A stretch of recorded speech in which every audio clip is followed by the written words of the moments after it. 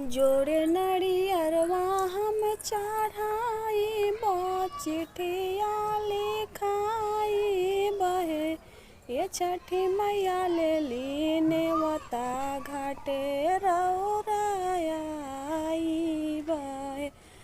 जोड़े जोड़े फलवा हम चढ़ाई चिट्ठिया लिखाई बहे ए आदित्य देव ले ली नेवता घाटे रौराई बहे। जोड़े जोड़े पनवा हम चढ़ाई चिट्ठिया लिखाई बहे ये सूरज देव ले ली नेवता घाटे रौराई बहे।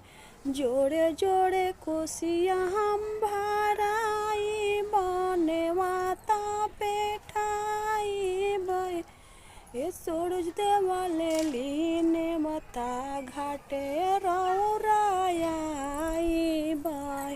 ये दीनानाथ ले ली नेवता घाटे